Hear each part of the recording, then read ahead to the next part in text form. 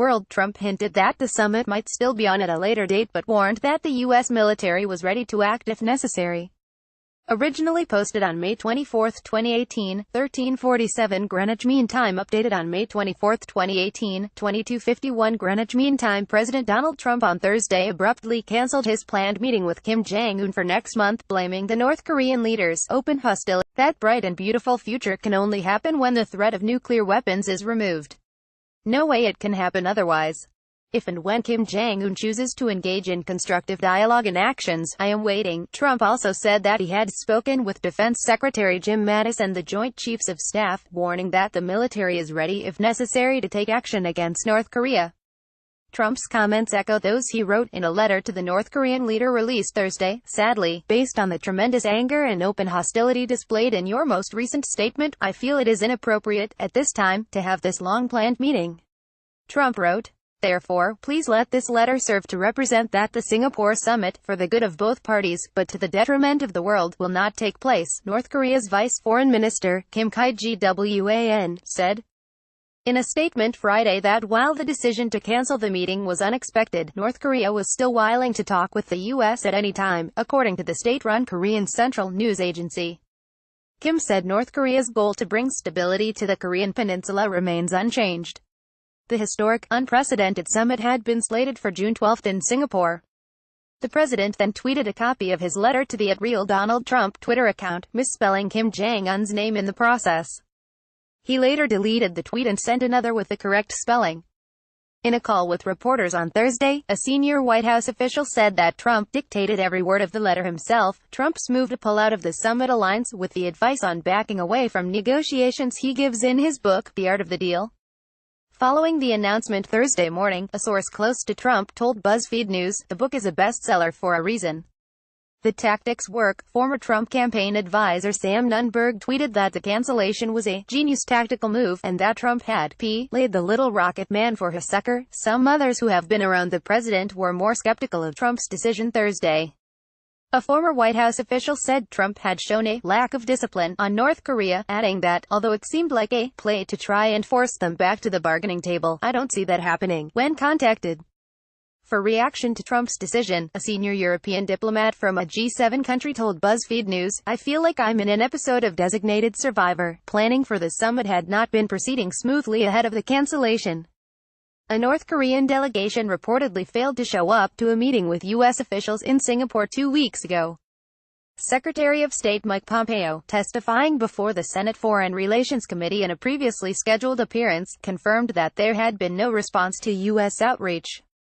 The North Koreans' strange lack of judgment suggests a profound lack of good faith, the senior White House official said during Thursday's press call.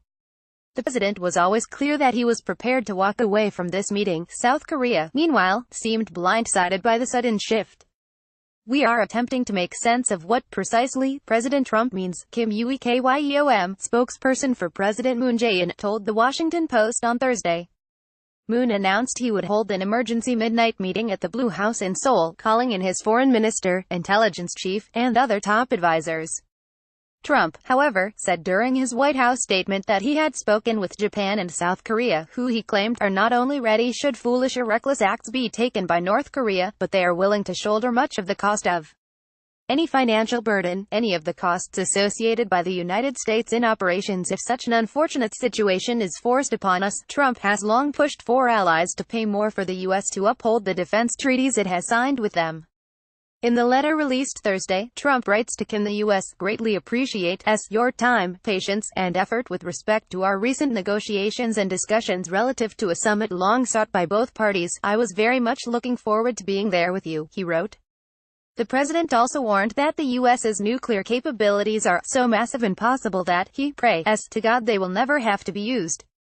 He went on to praise the wonderful dialogue that was building up between the two countries, and said that, ultimately, it is only that dialogue that matters. Someday, I look very much forward to meeting you, he wrote.